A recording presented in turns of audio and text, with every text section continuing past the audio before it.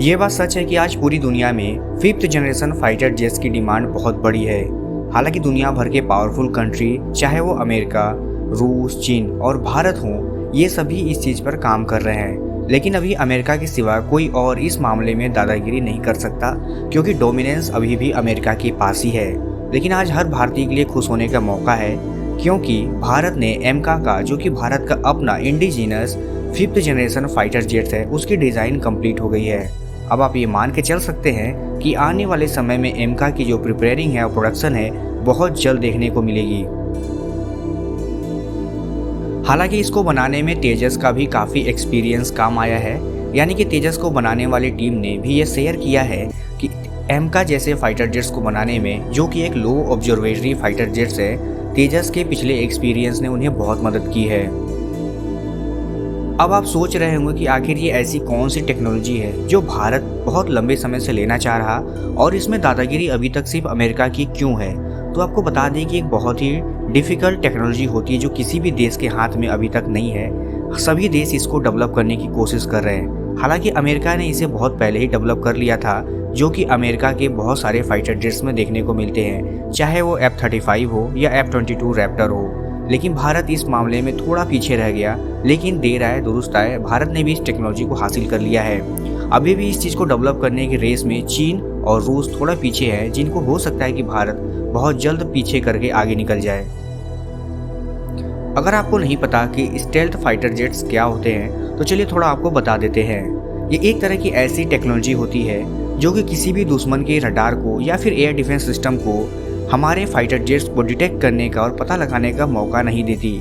अगर आसान भाषा में कहें तो उनके रडार्स हमारे किसी भी एयरक्राफ्ट को पता ही नहीं कर पाते कि उनकी लोकेशन क्या है और वो कहाँ और किधर जा रहे हैं। इसका फ़ायदा ये होता है कि उनके पास बहुत ही कम समय होता है रिस्पॉन्स करने का। ऐसे में वो दुश्मन के किसी भी एयर डिफेंस सिस्टम को बड़े आसानी से बर्बाद कर सकते हैं, जिससे कि दुश्मन की कमर ही टूट जाती है। हमारा एमका भी लगभग इसी तरह का एयरक्राफ्ट है। यानी कि ये पूरी तरह से स्टेल्थ तो नहीं है, क्योंकि दुनिया में कोई भी फाइटर जेट्स पूरी तरह से स्टेल्थ नहीं होता। लेकिन ये एक लो ऑब्जर्वेटरी फाइटर जेट्स है, यानी कि इसको डिटेक्ट करना बहुत मुश्किल है। और अगर एक बार ये डिटेक्ट हो भी जाता है तो आपके पास या दुश्मन के पास इतना कम समय होगा कि वो रेस्पॉन्स कर पाए, क्योंकि ये बहुत जल्दी ही डिसअपियर भी हो जाता है। और अगर एक बार डिसअपियर हो गया तो फिर दुश्मन के ये बहुत करीब पहुंच चुका होता है और उसके रडार्स और एयर डिफेंस सिस्टम को पूरी तरह से तबाह कर देता है। और फिर भारत की या किसी भी देश की छोटी छोटी फाइटर जेट्स भी दुश्मन के घर में घुसकर उनको पूरी तरह से सफाया कर देते हैं, क्योंकि फिर उन्हें रोकने के लिए उनके पास एयर डिफेंस सिस्टम मौजूद नहीं होता। जैसा कि हमने आपको बताया कि एमका एक लो ऑब्जर्वेटरी फिफ्थ जनरेशन एयरक्राफ्ट होने वाला है, तो इसमें जाहिर सी बात है बहुत सारे कंपोनेंट यूज़ हुए होंगे। आपको जानकर आश्चर्य होगा कि एमका को बनाने में लगभग 15,000 से भी ज़्यादा कंपोनेंट फाइनलाइज्ड किए गए हैं, यानी कि डिज़ाइन किए गए हैं। इसकी वजह से एमका पूरी तरह से लो ऑब्जर्वेटरी बन पाता है और फिफ्थ जनरेशन एयरक्राफ्ट भी बन पाता है। इसको बना एमका को पूरी तरह से स्टेल्थ बनाने में काम करते हैं उनकी टेक्नोलॉजी। यानी कि इसमें कुछ ऐसे टेक्नोलॉजी लगे गए हैं, टेक्निक का यूज़ किया गया है कि यह किसी भी रिफ्लेक्शन को रिड्यूस कर सकता है। यानी कि किसी भी visual light, radar, infrared signals और रेडियो फ्रिक्वेंसी जैसी चीज़ों को ये पूरी तरह से रिफ्लेक्ट नहीं करता, यानी कि दुश्मन के रडार पर जाने का मौका ही नहीं देता। यही कारण है कि इसमें रडार अब्जॉर्बेंट मटेरियल का भी यूज़ किया गया है। और अच्छी बात यह है कि इसकी स्पीड काफ़ी अच्छी है। इससे दुश्मन के पास रिस्पॉन्स का टाइम बहुत कम मिलता है।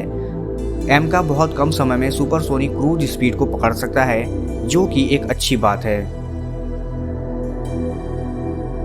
फिलहाल तो एमका सिंगल सीटर 2 इंजन वाला एक फाइटर जेट्स है, लेकिन आने वाले वर्जन्स यानी कि एमका मार्क 1 जो कि एक फिफ्थ जनरेशन एयरक्राफ्ट है, और मार्क 2 जो होगा वो लगभग सिक्स्थ जनरेशन एयरक्राफ्ट होगा। इसको बनाने में HAL और DRDO एक साथ काम कर रहे हैं। इसकी मैन्युफैक्चरिंग भी शुरू हो गई है और बहुत जल्द ये इंडियन एयरफोर्स और नेवी के लिए काम करेगा।